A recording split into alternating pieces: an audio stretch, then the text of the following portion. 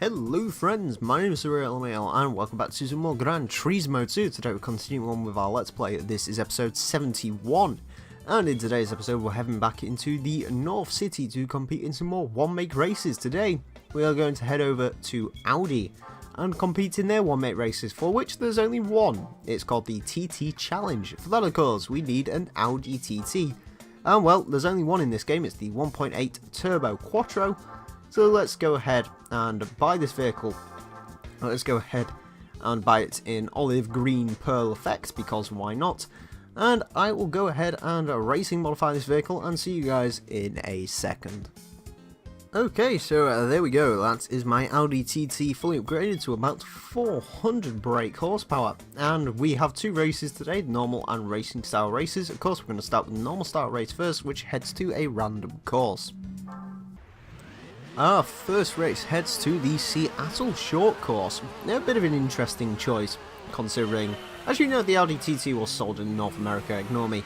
Anyways, there are some interesting things to note about this particular vehicle in this game, which I've only just actually realised. If you look on the back, you'll realise that there is no spoiler. Now, Audi TTs often have rear spoilers. In fact, it was basically mandatory because, well, when they first launched this thing back in, I believe it was 98, they first launched TT, there was a bit of an issue, and that issue was that should the vehicle go over 110 miles per hour, essentially there would be some catastrophic issues with the aerodynamics, and the rear end would just kick out and kill the driver, and indeed 6 people died from that. Now, say what you will, you know, oh, they shouldn't have been travelling at 110 miles an hour, bloody, bloody, bloody, bloody, blee.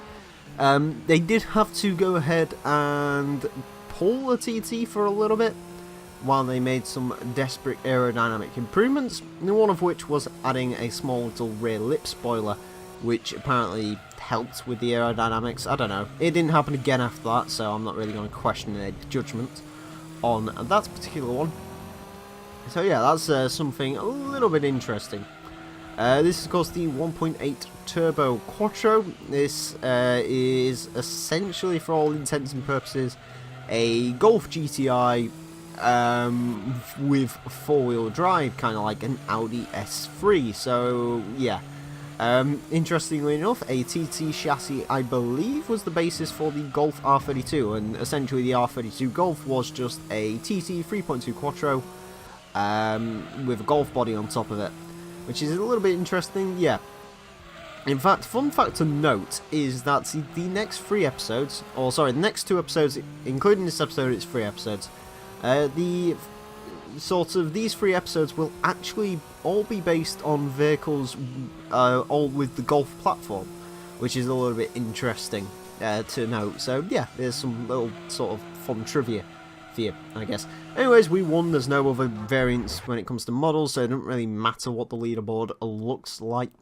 All that matters is the fact that, well, I won, and we are going to get 7,000 credits just for winning, which is nice of them. Anyways, I'll see you in a second. I'm going to go ahead and race modify my TT. Okay, so there we go. That is the normal style race done. So I'm to go ahead and race modify my vehicle before we can compete in the racing style race. So let's go ahead and do that. As you can see, the racing style mod basically makes it look like the touring car version thing in the game. I'm kind of tempted to go for the red. I don't think I've gone for many red cars during this LP, so sod it. I'm going to have a red racing modified TT. Why not? Anyways, there we go. That is done. So let's head back into the event list and let's head into our next race, which of course goes to a random course. Our next race heads to the Grand Valley Speedway. Of course, last time we was here, we had a Daihatsu Midget. Hopefully this thing is a little bit quicker than a Daihatsu Midget, although by the looks of it, I am going to run out of gears in this thing at some point, which is going to be a little bit on the tragic side. So anyways, the Audi TT. What do I actually think of this car? Honestly, I know there's a lot of love for the TT. A lot of people really seem to like this vehicle. Me personally, I hate it. I really do not like this vehicle. Partly because the people who drive them are mostly hype boys, as you get usually when you see Audis and Beamers and all the rest of it. They're sort of early 20s guys who modify them a little bit, and they're desperately trying to act cool because, ooh, look at me, I'm driving a German whip. I'm so cool and hip. Ugh. Either that, or of course hairdressers. They really gravitate towards TT. Now, admittedly, this first gen TT is probably my least favourite. To be honest with you, I've never really seen the appeal when it comes to looks as well. I don't actually think the TT is a particularly good looking vehicle. Sure, it is starting to make a little bit more sense to me now. Admittedly, sort of after the third generation, I'm not particularly happy with the third generation. Considering the second generation TT, I thought it was a pretty decent looking car, to be honest with you. I thought it was kind of a good car. And now the new one's sort of come along and kind of ruined it a bit. So, yeah, it basically just looks like a cheap Audi R8 at this point. So, I'm kind of a little bit more forgiving towards the first gen vehicle. I will admit it's a little bit different, but I still don't like it. Another reason I don't like it is, of course, because it's just a fancy Golf, essentially. Yeah, it's got the same issue for me as the Audi A3 does. Admittedly, this is the Quattro version, so it does kind of get around that a little bit. You see, I can forgive you if you're buying a sort of Quattro Audi. However, if you're just going to buy like a non-Quattro 1 point, like let's say you're buying like an Audi A3 or an Audi TT or whatever, or a Volkswagen Scirocco even falls into this. And the front wheel drive only, you may as well buy the bleeding Golf. I mean, the Golf drives better. The Golf, in my opinion at least for the most part, looks better, unless it's a Mark IV Golf, in which case, eh.